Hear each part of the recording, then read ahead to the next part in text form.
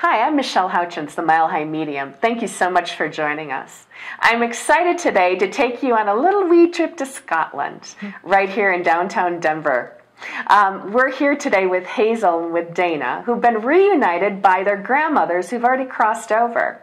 A couple of weeks ago, these two had a moment of serendipity when they figured out Hazel from Scotland, who's been here for, about 10, 12 years now, and Dana, who's been here her whole life, are related, that their grandmothers are actually sisters. So we're going to join in with Rachel and Janet Cherry, who've crossed over, who are here to channel and to just have some items to discuss with their grandma. So stay tuned and join us. Now, what questions do you have for her? Okay, let me think here. I knew that when my grandmother was quite a lot older, I did visit with her quite a lot. And in fact, when I was a student nurse, she came into my ward that I was working on. And she actually died in that ward. She is so proud that you are a nurse, Hazel.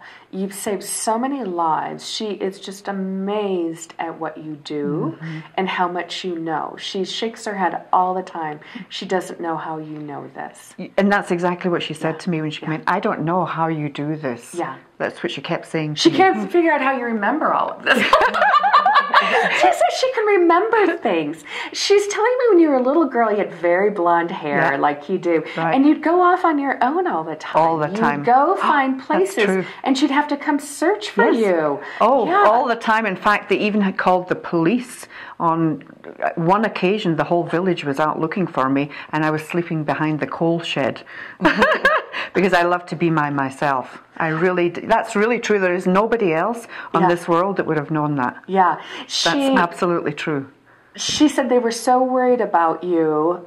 People were crying. People thought you had gotten hurt. You had tripped and gotten hurt.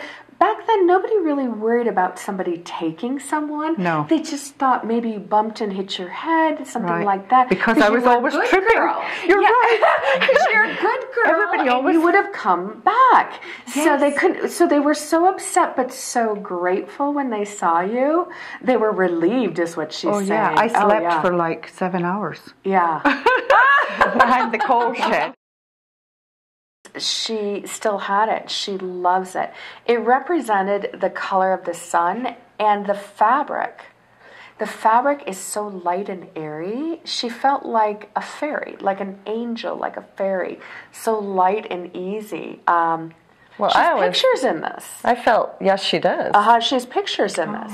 In fact, I might have brought one. It's her favorite picture. I believe that. Yeah. It's funny that she kept this all these years because she was not a materialistic person at all, and she wasn't attached to anything. No. So the fact that she had this all that time, I knew it was something special. Her mom made it. So. That's what was special to her. It had nothing to do with anything else, but her mom made that, and it's meticulous. She's telling me, Michelle, if you look at it, it is professionally sewn. She did it with love and with care, and you can see that. All the piping, how beautiful. And that's what was important to Martha. And, Janet is she's pretty shy. She's a pretty shy soul. She's a little bit embarrassed by that. Like, how did that happen? Yeah, she loved it, though. And the pattern she designed herself. She didn't use a pattern. She made up the design based on her daughter's shape and size and thought it would look very pretty. She's telling me something about this. She kind of saw it like a cape. Is what I'm hearing. Like a beautiful... Oh, yes, it has a little folding piece at the back. It has like a little cape. Oh, interesting. It just added some design. She wanted it to look kind of like a designer's, what I'm hearing. Like a designer dress. She never had anything like that. I was going to say it was probably the fanciest dress she ever had. No. They didn't have that type of money, and that wasn't their orientation. They weren't fancy people, and they didn't want to represent themselves as fancy, but this was something special, and she felt very special wearing, is what I hear. I believe that. Yeah. Because, well, my grandfather was a miner, excuse me, and so they didn't have a lot of money or fancy things. And I'm hearing she was the first one in the family to graduate. She was. Yeah, she was the first one in the family to graduate. It needed to be special. It got to be special. Mm-hmm. Yeah. Yeah, because her brother had to quit school to work, and Rachel, no one her finished. sister, she also never finish school. No one finished. Now, she's telling me you used to like to sing, Hazel, when you were a little girl. I did. She'd walk around singing. Yes. She'd sing to speak sometimes.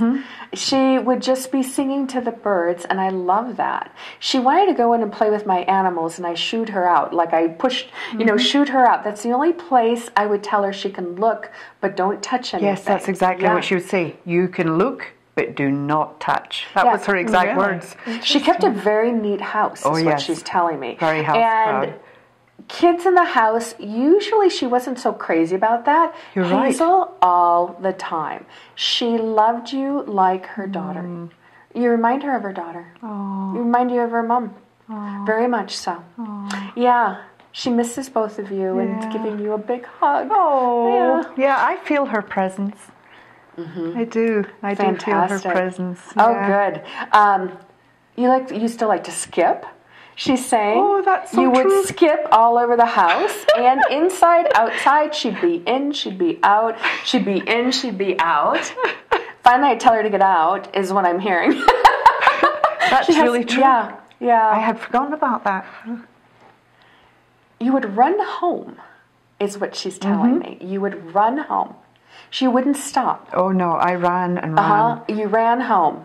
I was a runner when I was younger, and I ran for like 10 years in competition. So I was a cross-country runner. Like the wind is what she's showing me. I never ever even got tired, ever.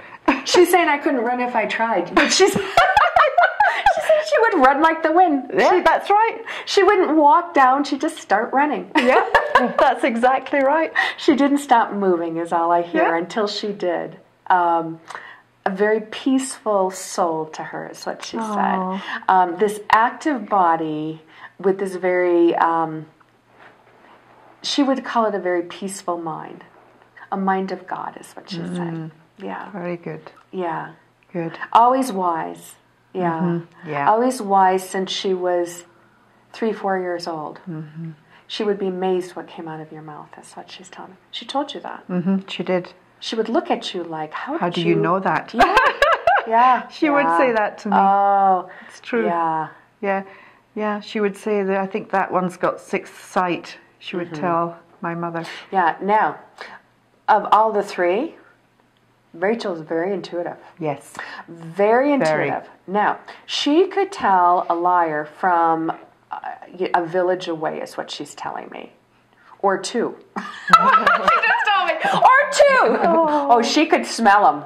She could smell them. So, yeah. Yes, she was very, very, just a very straight person. Could definitely, you're exactly right. The description of her is spot on. Good.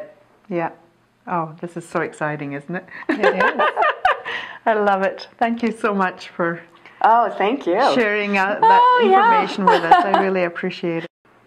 Okay, that was really quite something for me, because I know that Michelle knew nothing about my grandmother, did not know anything about her or Janet's personalities. They were very different personalities, the two sisters.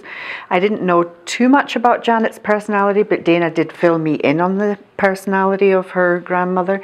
And so everything that came through, I feel, is absolutely pristine correct, because she could have got it mixed up the other way if it wasn't right, but they were very, very different sisters in personalities.